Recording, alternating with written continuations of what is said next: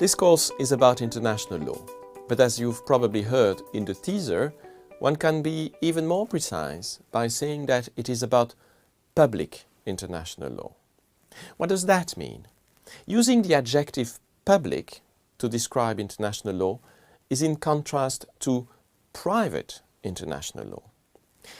Private international law is the law applicable to the relations between individuals and corporations when those relations are international, that is, when those relations are not entirely located in one state.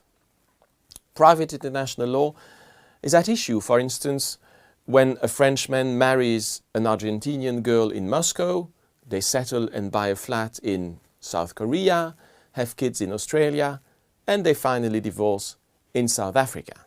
Many questions will arise. Which judge may actually adjudicate on the divorce, and which law applies to it?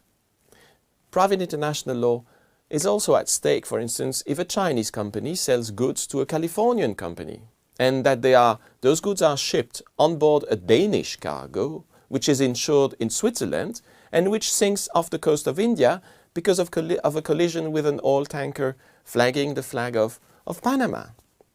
Well, the same questions arise. Which court may hear the case, and which law applies? Private international law is sometimes called conflict of laws, because it is about resolving the conflict between the various domestic laws and jurisdictions that could potentially apply in a case, and choosing the right one. That choice is usually to be made by application of domestic rules or by rules that are common to states and the rules that are contained in treaties that those states have contracted.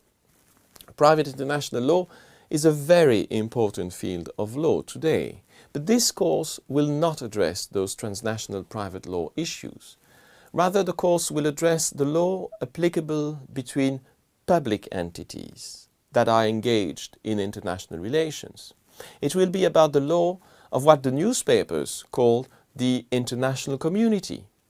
Public international law, or to make it short, international law, is sometimes called the law of nations.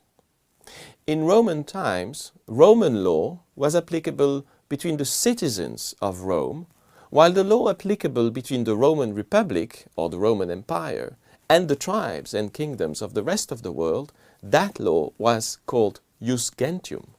Jus gentium was common to both the Romans and the rest of the world. It was said to be common to both because it was said to derive from reason and was close to natural law. Jus gentium was human, whereas jus civile was specific to a people, the Roman people.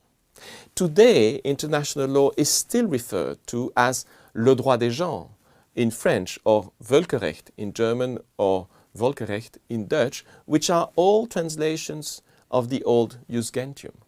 International law may still be called by its Roman name today, and treaties between kingdoms, cities and empires may have existed for thousands of years, and in fact, one of the oldest recorded treaty in human history is the Peace Treaty of Kadesh, which had been contracted around 1259 BC between the Hittites and the Egyptians.